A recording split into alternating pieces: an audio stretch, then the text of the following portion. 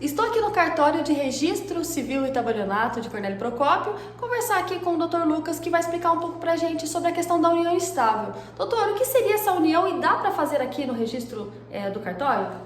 Sim, a união estável ela é uma situação de fato. É uma união que é pública, contínua e duradoura com o objetivo de constituir família.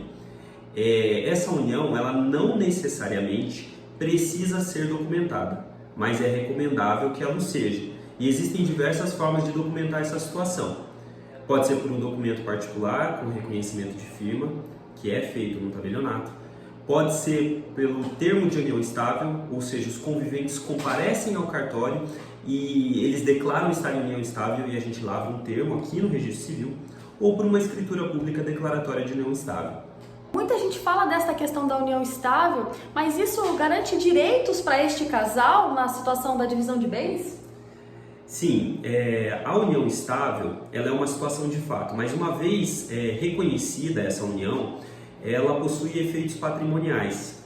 Neste caso, os conviventes eles teriam um regime da comunhão parcial de bens, que é o regime que a gente chama da lei, o regime legal.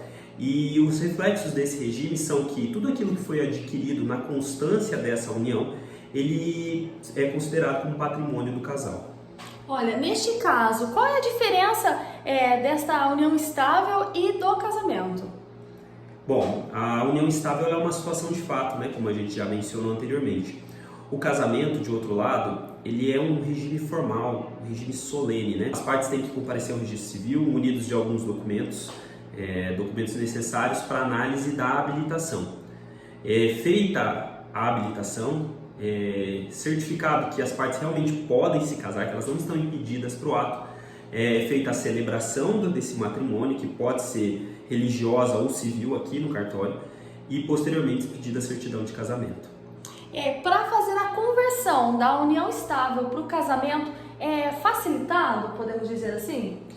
Sim, nesse caso não há necessidade da celebração nem da presença de testemunhas do ato, mas é necessária a prévia habilitação. Isso para verificar se esses conviventes eles podem mesmo se casar, ou se não é necessário que eles se sujeitem a um regime especial, que é o regime da separação obrigatória de bens. Ou seja, não seria aplicado no caso o regime da comunhão parcial, em que os bens adquiridos na constância da união se comunicam.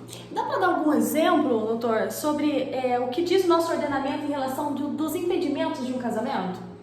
Bom, algumas pessoas elas não podem se casar e o processo de habilitação ele se destina a isso, a verificar quem não pode se casar. Por exemplo, pais e filhos não podem se casar, irmãos não podem se casar. Aqueles que ainda estão casados não podem contrair novo matrimônio. Então são esses impedimentos, são essas causas impeditivas que são observadas no processo de habilitação. Tá certo, olha, em caso de dúvida, então procure aí o seu advogado de confiança ou então aqui o cartório aqui de Cornélio Procópio para saber um pouco mais sobre a união estável, sobre o casamento, mas o importante de tudo é a pessoa ser feliz. Com informação direta aqui do cartório de Cornélio Procópio, Daniele Souza para a RCFM.